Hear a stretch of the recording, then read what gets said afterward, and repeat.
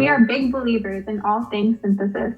The more you are able to condense into a smaller number of words, or even better pictures, the more people are able to connect with your findings. At the end of most of our projects, we like to create a one-pager that summarizes what we have learned. Within this process, we allow ourselves to become more creative and have fun along the way. We find that the easiest way to get the process started is by gathering everything we think might be relevant to the final product. Get it all onto paper is our motto at this stage.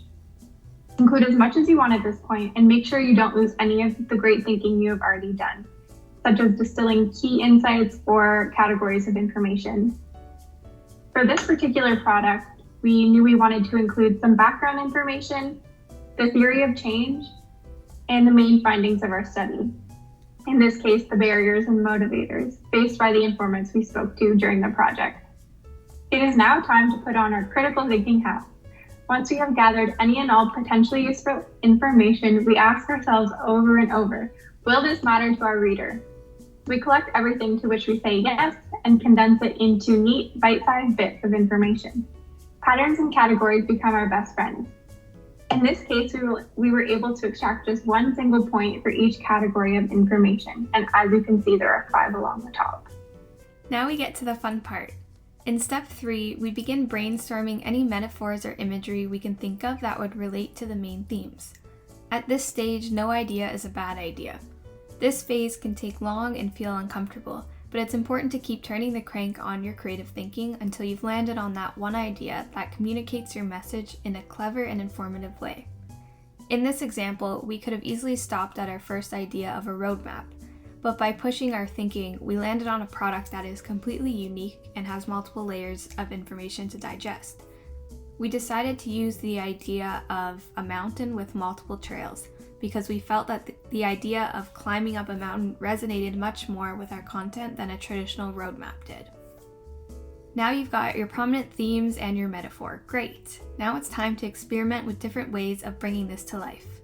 Sometimes this step is really short, sometimes it takes multiple attempts, and sometimes it can even bring you back to step 3 as you realize that your concept isn't translating quite how you had hoped. Either way, this step is the final hurdle before jumping into the final stage.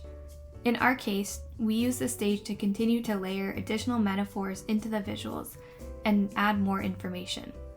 We started with 5 pathways to represent our 5 categories from step 2. We use the complexity of the lines to represent the duration of that particular process. So for example, pathway number 4 is the shortest and therefore most straightforward out of the 5 categories. We were also able to incorporate the theory of change by adding checkpoints along the mountain, ending with the main goal, which is represented with the flag. At this stage, all the major thinking should be out of the way. You may make some final design decisions such as color and typography, but your content, graphics, and composition should be all laid out from the previous steps.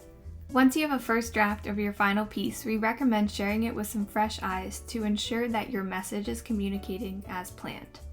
Additionally, pay attention to your design decisions such as color and hierarchy so that they are intentional and in line with your concept.